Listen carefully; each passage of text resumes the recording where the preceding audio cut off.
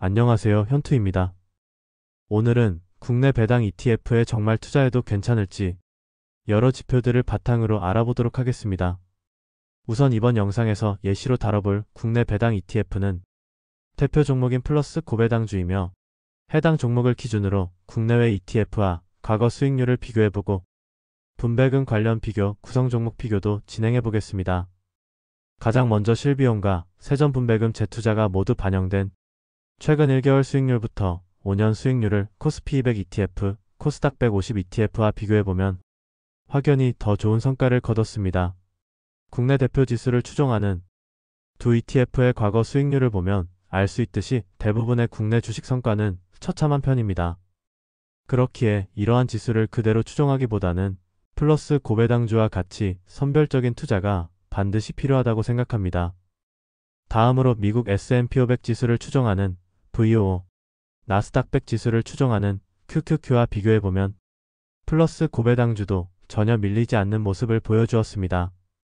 꾸준히 플러스 수익률을 나타내며 전체적으로 상당히 안정적인 성과를 기록해왔고 장기 성과는 미국 대표 ETF들에 비해 부족하지 않았습니다.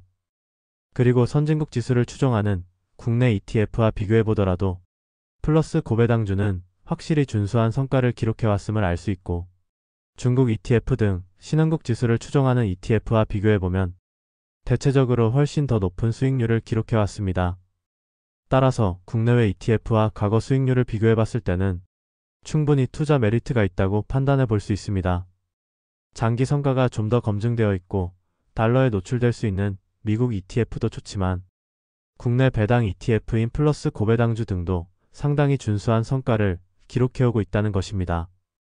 다음으로 분배금 관련 내용을 점검해보면 우선 플러스 고배당주는 매달 한 주당 63원을 지급해오다가 5월부터는 한 주당 73원을 지급할 예정입니다.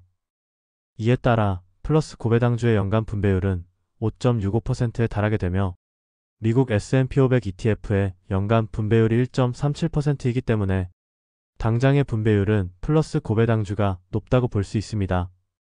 그리고 플러스 고배당주의 배당 성장률을 살펴보면 2020년 코로나 때를 제외한다면 조금씩이라도 꾸준히 인상되어 왔습니다.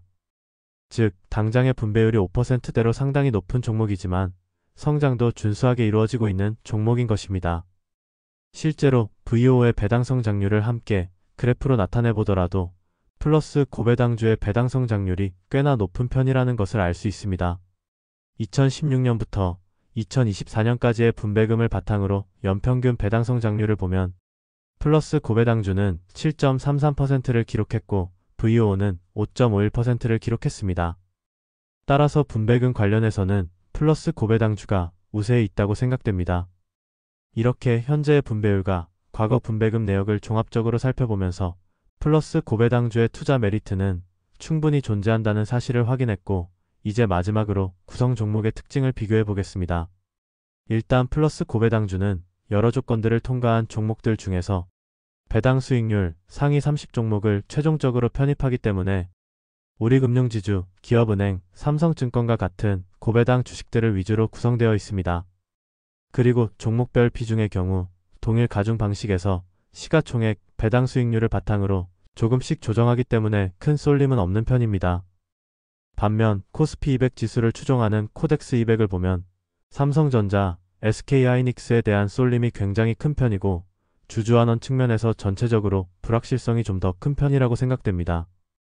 마지막으로 VOO는 애플, 마이크로소프트, 엔비디아와 같은 미국 우량 기술주들을 중심으로 500 종목을 포함하고 있기 때문에 장기 성과와 분산 측면에서는 조금 더 유리할 수 있다고 생각합니다. 사실 구성 종목의 경우 숫자로 정확히 비교해 볼 수는 없는 부분이기 때문에 개인적인 투자 가치관에 따라 판단해야 합니다. 제 투자 관점에서는 플러스 고배당주와 같은 ETF는 국내 주식 중에서도 주주환원의 적극적인 기업들을 위주로 포함하고 있고 밸류에이션도 상당히 낮은 편이기 때문에 충분히 투자 메리트가 있다고 판단하고 있습니다. 이렇게 오늘은 국내 배당 ETF에 정말 투자해도 괜찮을지 여러 지표들을 바탕으로 알아보았습니다. 국내 주식에 대한 인식이 매우 좋지 않은 게 사실이지만 최근에는 주주환원을 적극적으로 추진하고 있는 종목들도 많아진 만큼 투자 기회는 꽤나 존재한다고 생각합니다. 그리고 이러한 종목들에 선별적으로 투자해주는 플러스 고배당주와 같은 국내 배당 ETF들은 이번 영상에서 함께 알아본 것처럼 종합적으로 훌륭한 지표들을 나타내고 있습니다. 그럼 이번 영상이 투자에 있어 조금이나마 도움이 되셨길 바라며 다음에는 더욱더 유익한 정보로 찾아뵙도록 노력하겠습니다. 감사합니다.